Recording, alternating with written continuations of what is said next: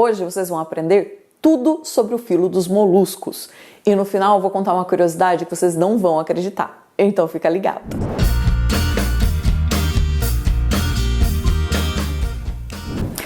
Olá pessoal, tudo bem com vocês? Bom, eu tô aqui para mais um vídeo e hoje eu vou explicar para vocês tudo sobre o filo dos moluscos, tá? Ou filo molusca. Esses animais se caracterizam por ter o corpo mole, daí que vem o nome moluscos. E a maioria das espécies é marinha, mas existem também as espécies de água doce e terrestres. Existe uma grande diversidade dentro do filo dos moluscos, tanto é que esse filo é o segundo maior em número de espécies, tá? Perdendo apenas para os artrópodes, que a gente vai estudar um pouquinho mais para frente. E acredita-se aí que... Acredita-se não, né? Existem aí quase 100 mil espécies catalogadas de moluscos e a estimativa é que existam 200 mil espécies de moluscos, ou seja, a metade ainda não foi catalogada, tá? Esses animais, como eu falei, se caracterizam por ter o corpo mole e muitos deles possuem concha calcária, tá? Que o organismo deles mesmo secreta. Por conta desse fato deles terem concha calcária, o registro fóssil dos moluscos é muito rico. Então, a concha é uma estrutura que fossiliza muito bem. Então, os cientistas, os paleontólogos, eles conseguiram fazer todo o registro fóssil dos moluscos e acompanhar direitinho o processo evolutivo desses animais, tá certo? E com isso, né, conhece-se muito bem as características desse filo do reino animal, tá certo? Gente, os representantes do filo molusco são conhecidos, são animais bem comuns, tá certo? O filo é dividido em 5 classes, são 3 classes principais, que é dos gastrópodes, onde vai estar o caracol, a lesma, a classe dos cefalópodes, onde vai estar a lula, o polvo, o náutilo, e a classe dos bivalves, onde está a ostra e o mexilhão. Tá certo? Existem outras 2 classes que nós vamos ver também, mas a gente acaba não estudando tanto porque são animais mais raros, são animais assim, marinhos, de fundo, então não são tão comuns assim pra gente, tá certo? Então vamos conhecer mais sobre esse filo que é muito legal. Vamos lá para os meus slides. Então vamos começar a conhecer melhor o filo dos moluscos e vendo aqui alguns representantes do filo. Então a gente vê aqui o polvo, que é um cefalópode, né, que tem os tentáculos com ventosas. Nós temos, e é considerado, né, uma curiosidade, é considerado o invertebrado mais inteligente que existe, tá? Sendo até capaz de resolver alguns pequenos problemas de lógica. Então tá melhor do que muita gente aí. Aqui a gente tem, né, um outro molusco da classe dos gastrópodes, tá? Que tem concha calcária, como vocês podem ver, e corpo mole. E a gente tem aqui uma imagem, né, da lula gigante, certo? Que eu vou falar mais a respeito dela um pouquinho mais para frente. Bom, a fisiologia do filo é a seguinte: corpo mole, a principal característica, né, aquilo que determina, né, a presença do animal dentro do filo, corpo mole. Viscoso, por que viscoso? Porque ele tem bastante secreção. Esses animais acabam fazendo parte da sua respiração da forma cutânea, né, através da pele. Então eles acabam tendo glândulas que secretam muco na sua pele para facilitar na troca gasosa. Sem apêndices articulares, tá? Então eles não vão ter membros locomotores articulados. E o corpo é dividido em cabeça, pé e massa visceral, onde ficam as vísceras, os órgãos desse animal. Geralmente apresentam concha calcária, mas tem exceções e nós vamos ver. Quando apresenta concha, essa concha pode ser univalve, quando ela é formada por uma unidade apenas, ou bivalve, quando são 2 conchas articuladas, tá? A respiração é pulmonar nos animais terrestres e branquial nos aquáticos, mas como eu falei, a respiração é complementada com a respiração cutânea, através da pele. Sistema digestório completo, então eles têm boca e ânus, e eles têm presença da rádula. A rádula é uma língua dura, raspadora, que esses animais utilizam para raspar as rochas e se alimentarem, tá? Mas existe uma exceção, os bivalves não possuem rádula. O restante, todos os outros moluscos apresentam rádula. O sistema circulatório é lacunar, tá? Então, o sangue desses animais vai circular por entre os órgãos livremente, não por vasos sanguíneos, tá? A excreção é feita por rins já primitivos ainda, né? Mas já presentes aí nesses animais uma função renal. E o sistema nervoso é do tipo ganglionar. Eles têm gânglios nervosos que controlam aí o organismo dos animais. O filo dos moluscos, ou filo molusca, é dividido nas seguintes classes, tá? Poliplacófora ou poliplacóforos, aí a gente tem como exemplo os quítons, gastrópodes, né, ou gastrópoda, aí a gente tem o caracol e a lesma, biválvea ou bivalves, a gente vai ter o mexilhão e a vieira, e cefalópode, que é dos cefalópodes, a lula, o polvo e o náutilo, tá? Aqui eu coloquei a numeração, ela tá errada, tá, gente? Seria 1, 2, 3 e 4, né? Mas tá tudo bem. Vamos lá, então, conhecer cada uma das classes agora mais detalhadamente. A classe dos gastrópodes, então, né, ou classe gastrópoda, significa pés na barriga. Gastrópoda significa pés na barriga, porque são animais rastejantes, então eles andam com a sua barriga encostada no chão, tá? Então todo gastrópode é rastejante. Exemplo, caracol, caramujo, a lesma, os búzios, tá? São exemplos aí de gastrópodes. Ah, professora, qual que é a diferença de caracol e caramujo? Nenhuma, tá? Acaba que os dois se referem ao mesmo grupo de animais, tá? A divisão é mais popular mesmo, certo? Então, você pode chamar do que você quiser, que tá tudo bem. Tem algumas regiões em que um é terrestre, outro é aquático, mas não é uma divisão científica, tá? Você pode chamar aí na dúvida de gastrópode mesmo, tá certo? Então, gastrópode significa pés na barriga, são animais rastejantes, possuem uma concha calcária que serve de proteção para o corpo mole do animal, tá certo? Essa concha calcária, ela vai ser univalve, porque é uma só, como vocês estão vendo aqui, exceto as lesmas. As lesmas não possuem concha, tá? É uma classe com grande sucesso evolutivo, ocupando diversos ambientes. Então tem gastrópode terrestre, de água doce, água salgada. E na água salgada, eles ocupam desde as regiões entre marés, que são aquelas regiões que quando a maré está cheia está coberta por água, quando a maré baixa fica descoberta, né? Então eles habitam desde essas regiões até as regiões abissais, tá? As fossas abissais que ficam nos oceanos. A anatomia interna de um caracol vai ser, ou né, do gastrópode em geral, vai ser mais ou menos essa daqui. O gânglio cerebral, né, que percorre o corpo do animal, né? Aí ele tem o sistema digestório, ele vai ter o papo, que é um primeiro estômago, né? E ele segue aqui até chegar no intestino, certo? Esses animais possuem aqui, ó, o coração, que vai bombear o sangue deles, porém a pressão deles é muito baixa, né? Porque esse sistema circulatório é do tipo aberto, animais com sistema circulatório aberto possuem pressão baixa. Aqui o pulmão, tá? E logo em seguida as gônadas, onde são produzidos os gametas, tá? Então, o que é importante vocês saberem aqui? Que todas as vísceras, os órgãos internos desses animais ficam protegidos pela concha, tá certo? Concentrados aqui nessa região e protegidos pela concha. A classe cefalópoda, onde estão os cefalópodes, a gente encontra as lulas, os polvos e os náutilos, tá? Cefalópode significa pés na cabeça, porque esses animais possuem tentáculos ligados à sua cabeça e esses tentáculos servem para movimentação e captura de alimento.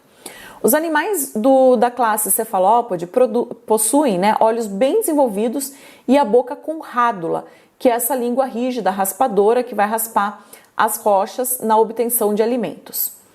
Possuem cromatóforos, que são células especializadas para camuflagem, então é a partir da ação desses cromatóforos que esses animais conseguem mudar de cor, né? A camuflagem do polvo é uma coisa muito impressionante, ele não só muda de cor, como ele imita a textura e o formato do local onde ele está.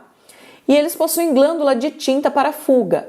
Essa glândula de tinta, eles soltam, né, essa tinta na água, ela não é tóxica, tá? E antigamente ela era utilizada para pintura, era o nanquim. Hoje em dia não é mais utilizada, o nanquim ele é produzido sinteticamente, tá? Não é mais retirado do polvo.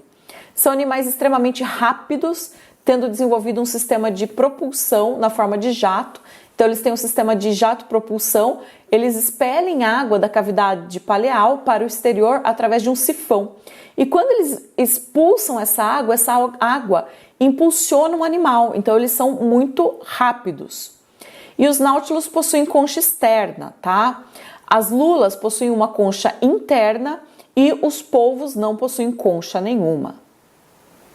Aqui está mostrando os 3 representantes, essa é a aparência do náutilo, essa é a concha do náutilo, tá? Aqui o polvo, que não tem concha, certo? E aqui a lula, que tem uma concha interna, tá certo? Fazendo aí a proteção do animal. A classe bivalvea vai ser a classe dos bivalves, tá? Esses bivalves, eles possuem 2 valvas, ou seja, 2 conchas. Então essas conchas são articuladas, como vocês estão vendo aqui. A gente vê muito isso aqui na praia, né? Bem conhecido, esse aqui também, olha só. E exemplo, né? A gente vai ter as ostras que originam as pérolas. A pérola é originada quando entra ou uma bactéria, ou um parasita, ou até um grão de areia, uma pedrinha, entra, incomoda a ostra e ela começa a produzir camadas de madrepérola para envolver aquele agente invasor. Com isso se formam as pérolas. O valor das pérolas vai variar de acordo com o seu tamanho e a sua raridade, a sua coloração e tudo mais, tá? Existem locais onde eles produzem pérolas de maneira artificial, eles introduzem mesmo grãozinhos de areia dentro das ostras, né, para que elas produzam as pérolas e sejam comercializadas depois, tá? É chamado de plantação de pérola, bem legal. As vieiras, que são muito utilizadas na culinária, mexilhões e amêijoas, né? São exemplos aí de bivalves. Possuem 2 conchas articuladas, tá certo? Então eles possuem 2 conchas articuladas, por isso bivalve. E esses animais, gente, olha só, detalhe super importante, não possuem rádula, aquela língua raspadora. Por quê? Porque eles são filtradores, eles vão simplesmente filtrar a água, então não tem necessidade de raspar o substrato, tá? São animais filtradores e por filtrarem a água, eles podem acumular toxinas no seu organismo, causando aí intoxicação alimentar nas pessoas, porque elas geralmente são consumidas cruas. Então, se você vai se alimentar de ostra, você tem que ver, né, comprar num lugar completamente confiável, e aquele limão que eles colocam na ostra é exatamente para ajudar na desinfecção do animal, tá certo? A classe poliplacófora vai conter os animais que são conhecidos como poliplacóforos. Não são animais muito conhecidos aí da gente, tá? Porque eles são exclusivamente marinhos, né? E não são muito comuns. Exemplo, a gente tem os quítons, poliplacóforo, porque olha, como vocês podem ver, ele tem várias placas, tá certo? São revestidos por uma válvula, né? Válvula significa concha, com 8 partes sobrepostas na parte dorsal, então a gente tem aqui, tá? Não possuem tentáculos, tem cabeça pequena e não tem olhos. São animais bem simples aí, os poliplacóforos, exclusivamente marinhos, tá? Esse animal se chama quíton. E a classe escafópoda, né, contém os animais que são conhecidos como escafópodes. Exemplo, o dentalho, tá? Que é esse animal aqui, certo? São marinhos, com concha em formato de cone, então é chamado de dentalho porque ele lembra um dente de elefante, tá? Aquele dente de marfim do elefante. A rádula é bem desenvolvida e tentáculos pequenos. É a menor classe dos moluscos. Agora falando um pouquinho das doenças relacionadas com os moluscos. A gente já falou sobre a esquistossomose, eu falei bastante sobre a esquistossomose no vídeo sobre as doenças causadas por plateumintos, tá? Então, se você não viu, confere lá. A esquistossomose ela é transmitida pelo caramujo, tá? Então, o caramujo de água doce é o vetor da doença, não o causador. Então, ele é o vetor, isso quer dizer que ele é o transmissor da doença, é ele que transmite a doença, tá? Na verdade, ele não exatamente transmite, mas ele é um hospedeiro intermediário do esquistossomo, né? Que é o verme parasita do ser humano que causa a esquistossomose ou barriga d'água. Então, o ovo é colocado na água, esse ovo se torna uma larva que vai entrar no caramujo, né? E aí vai se desenvolver dentro do caramujo. Depois, quando essa larva chega na sua fase adulta, ela é liberada para a água e pode infectar as pessoas.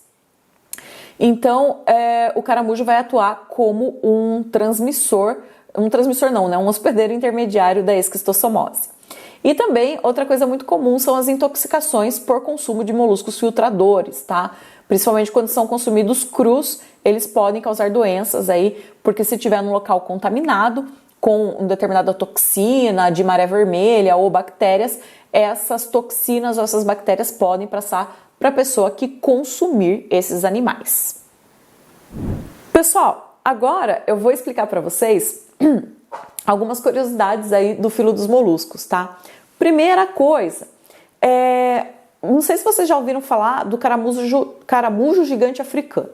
Ele foi trazido para o Brasil há alguns anos atrás porque, tiveram a ideia de comercializar um molusco mais barato do que o escargot para culinária, né, para gastronomia. E aí teve uma pessoa, se não me engano, do Paraná, que teve a ideia de trazer o caramujo africano gigante para o Brasil, sendo esse animal uma espécie exótica, ou seja, que não existe dentro da fauna brasileira. E aí qual foi o problema que isso causou? O problema foi o seguinte, não vingou, o animal acabou não sendo vendido, não sendo comercializado, porque as pessoas que querem comer escargot, querem comer o escargot, não o genérico do escargot. E ninguém queria comer esse caramujo. E aí soltaram o animal, né, por aí. E aí acabou que esse animal não tem predadores naturais e por conta disso super se reproduziu, se desenvolveu, se adaptou muito bem, né, ao Brasil e virou uma grande praga, tá? Destruindo lavouras, causando grandes problemas ambientais, tá? Então o caramujo gigante africano é considerado aí uma das, eu não lembro o título disso, mas assim, grandes bobagens feitas aí em termos de ecologia no Brasil, tá? A pessoa que teve essa ideia ainda está viva e se arrepende bastante desse fato. Outra curiosidade, e essa é muito legal. Olha só, gente, os moluscos, como vocês viram, né, tem uma grande diversidade, tem animais que são muito pequenos e tem outros que são muito grandes, como as lulas gigantes ou lulas colossais, tá? Essas lulas gigantes ou lulas colossais são realmente muito grandes, com metros de comprimento. Para vocês terem uma noção, o tamanho do globo ocular de uma lula gigante é exatamente o tamanho de uma bola de futebol, tá? Então são animais realmente muito grandes. E a primeira lula gigante foi capturada viva em 2012, se não me engano, sei que é bem recente. Até então nunca foi encontrado esse animal vivo, só ele morto ou congelado, enfim, nunca ele vivo, tá? Porque ele é de regiões abissais. As regiões abissais são regiões oceânicas de grande profundidade, tá? São chamadas de fossas abissais. A fossa abissal mais profunda que se conhece são as fossas marianas, que chegam aí a 8 quilômetros de profundidade. Então, tipo assim, não da superfície da água para o fundo, do fundo do mar para baixo, tá? Que corresponde aí a maior fossa abissal tem de profundidade o mesmo que o Monte Everest tem de altura, tá? Então, realmente, são regiões aí muito inóspitas e pouco exploradas. Para vocês terem noção, o ser humano explorou mais a superfície da Lua do que o fundo do mar. Então, a gente não conhece nada de fundo do mar. E o que tem de tão interessante aí sobre essas lulas?